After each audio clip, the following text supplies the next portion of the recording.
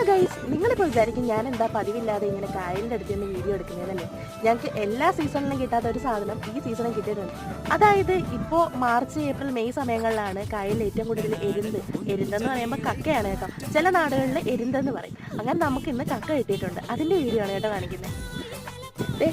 ഈ കാണുന്നതാണ് കക്ക, കണ്ടോ? ഇതിന് ഞങ്ങളിവിടെ കരിങ്കക്ക എന്നാട്ടോ പറയുന്നത്.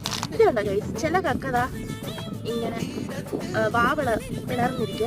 അതെന്താണെന്നറിയാമോ? പിളർന്നിരിക്കുന്നത് ചിലത് ജീവനുണ്ടായിട്ട് വെള്ളം അതിനെ സ്വീകരിക്കാനായിരിക്കും. ചില സമയത്ത് ചില കക്കകൾ ചത്തു പോകുമ്പോൾ ഇങ്ങനെ എന്താ പറയുക, തുറന്നിരിക്കാനാണ്. ഞങ്ങളുടെ ഈ സ്ഥലത്ത് ആഴമില്ല. അത് മാത്രമല്ല, നമ്മുടെ ഇവിടെ നമ്മൾ കൊച്ചിലെ തൊട്ടേ ഈ നീന്തലും കാര്യങ്ങളൊക്കെ പഠിക്കുന്നത്. അതുകൊണ്ടാണ് അവൻ അങ്ങനെ ചെയ്യുന്നത്. നിങ്ങളാരും ഇത് അംഗീകരിക്കുകയൊന്നും ചെയ്യുന്നത്. ഏപ്രിൽ മെയ് സീസൺ ആകുമ്പോഴാണ് മെയിനായിട്ട് കക്കയുടെ ആ ഒരു ടൈം. നമ്മൾ ആ ടൈമിലാണ് കക്ക വരാൻ പോകുന്നത്. ഞാനും വരാൻ പോകാറുണ്ട്. അപ്പോൾ വേറൊരു വ്ളോഗുമായിട്ട് കാണാം. Okay, by.